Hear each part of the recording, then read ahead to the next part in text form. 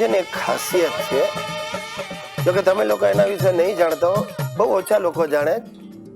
એનું કારણ એ છે કે અમે જણાવવા જ નથી દીધું. શું છે કે અમારા ખાનદાનમાં આટલા વર્ષોમાં કોઈએ એક નોકરી સળંગ નથી કરી. થાય શું કે અમે જ્યાં પણ નોકરી કરતા હોઈએ ને એ શેઠિયાનો ધંધો રાતો રાત ડબલ થઈ જાય અને પછી એ દેવાળું કાઢે.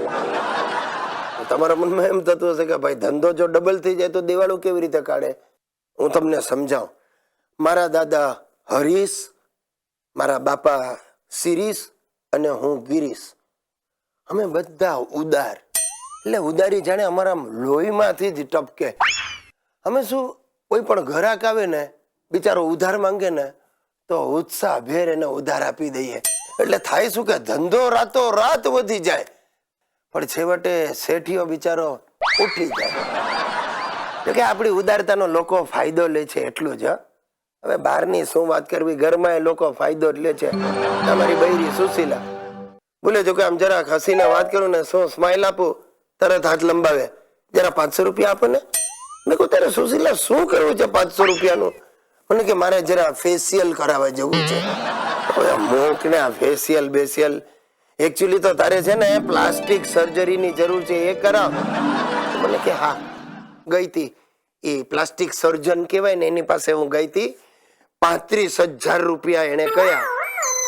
અને મેં એમને પૂછ્યું કે સપોઝ ડોક્ટર પ્લાસ્ટિક હું તમને આપું તો? ડોક્ટર ઉઠીને બહાર ચાલી ગયો. હવે આને શું કેવું બોલો, પ્લાસ્ટિક પોતે લઈ જાય, આવી તેની બુદ્ધિ. દર્શક મિત્રો, મારે કરીના કપૂર સાથે બધા રિલેશન તોડી નાખવા છે. આ કરીના કપૂરે અમારા ઘરમાં કેર વર્તાવે છે બોલો.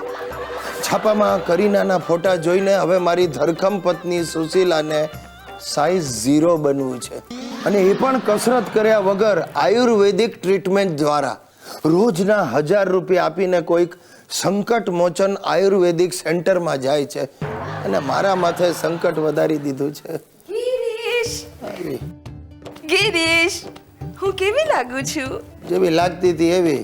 શું એટલે તમને મારામાં કાંઈ ફરક નથી લાગતો?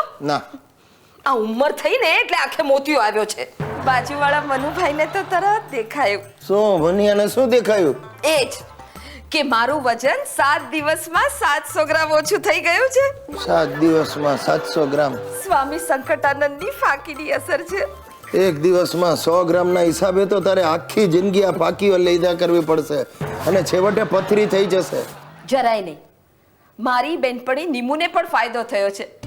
અરે 7 કિલો વજન ઘટી ગયું છે એનું.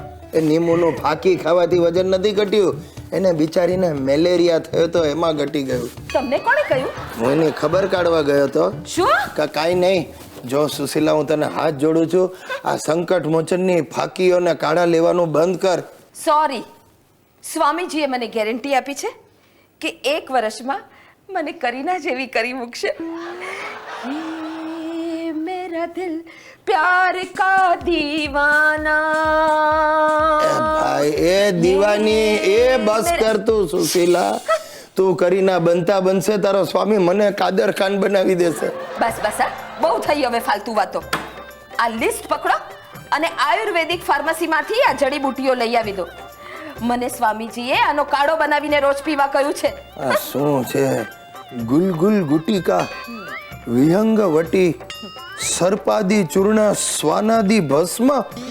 અરે આવી બધી જંગલી જડીબુટીઓ લઈને ઓળનું છોડ થઈ જશે. બસ બસ, તમને મારી ઈર્ષા આવે છે અને ડર લાગે છે કે આ સોસાયટીમાં બધા લોકો કહેશે કે આ ગિરીશ કાગડો દહીથરું લઈ ગયો. પણ એક વાત કાન ખોલીને સાંભળી લો કે આ વર્ષે હું મિસિસ અમદાવાદ બ્યુટી કોન્ટેસ્ટમાં ભાગ લઈને જ રહીશ.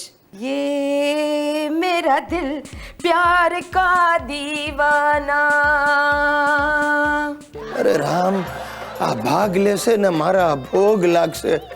બ્યુટી કોન્ટેસ્ટ વાળાને બ્યુટી ક્વીન ને બદલે બેન્ડિટ ક્વીન નો એવોર્ડ આપશે.